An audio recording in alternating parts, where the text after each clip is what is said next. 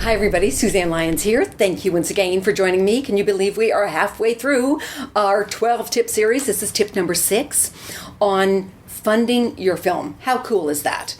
You know, we can have the best scripts in the world, best actor, best everything, but if we don't have the money, we ain't making a movie. So this is an important part of, obviously, the filmmaking process is how do you raise the money? How do you fund your films? And there are many, many, many ways. In fact, there's books, lots of books on it, and I recommend go to the bookstore, for heaven's sakes, buy the books. I think there's one book I read one time that had like 42 ways to raise your money. And obviously, you know, there's the, what was the bank rolling your money or what? I mean, there's lots of great books out there.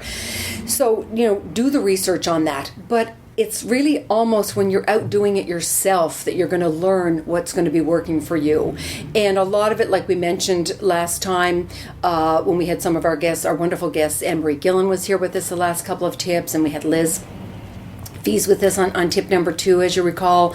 And it's really about who you're being in terms of having fun with it all, and certainly wearing the business hat, but also very much about you coming up with ways to do it that you're standing kind of in abundance and generosity. And what are some bonuses? What are some things I could do? Is there an executive producer credit?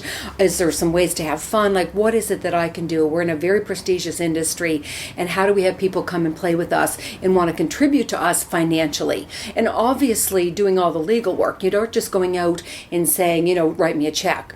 Of course, which I've talked about before, and I have certainly booklets on, and part of my book is very, very much about, actually, my book on indie film producing, which I shared about before, is very much about, being ready legally, before you start asking for the money, having your LLC open, or depending what country or territory you're from, having the legal paperwork done, in our case, the private placement memorandum, and that sort of thing, having your business plan in place, having things ready from a legal point of view, from a business point of view, before you start doing it. But then what we've been sharing about is then, now that that's done, what are some ways that you can approach people and ways that you can raise the money for the film. In this book, I talk about a number of ways, actually, and there is a website that I will have, hopefully right below me right now. You'll see the website for where to go and find out more about the book. It's on Amazon, of course, and certainly in your entertainment industry bookstores around the world. And Focal Press was the publishing company for that. Also, for me personally, if you want to know a little bit more about my background, you can check out SuzanneLyons.net, SuzanneLyons.net, and certainly my film site, SnowfallFilms.com. Okay, today's tip is get educated on your state and provincial incentives. What are your state incentives? Or if you're in Canada, what are your provincial incentives? Or Australia, or I don't care, South Africa, the UK. What are the incentives that are being offered from your kind of state or provinces? And also, and I think even more importantly, is what's going on globally. Our first 4 films that Kate and I did, my film partner Kate Robbins and I, for those first number of years, were on co-productions. We were finding what's going on in Australia, what's happening in the UK, what's going on in South Africa or France or Canada.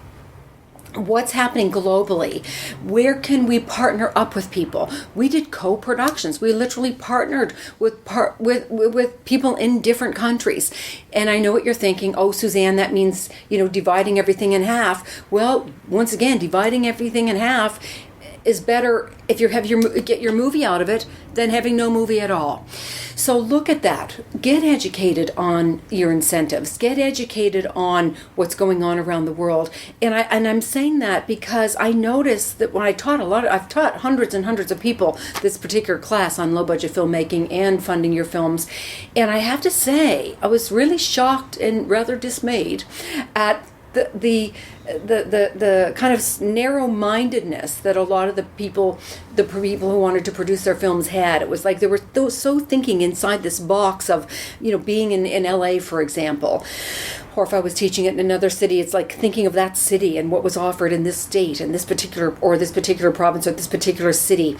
No, I mean, think way outside that. What's going on in Louisiana, New Mexico, Georgia, Ontario, Canada, Nova Scotia, New Brunswick, the UK. Start thinking way outside, all around. What's happening in New Zealand? Maybe their incentives are great and we can match up with somebody there. Maybe it's shooting partially here and partially in Canada or whatever. Start to get educated.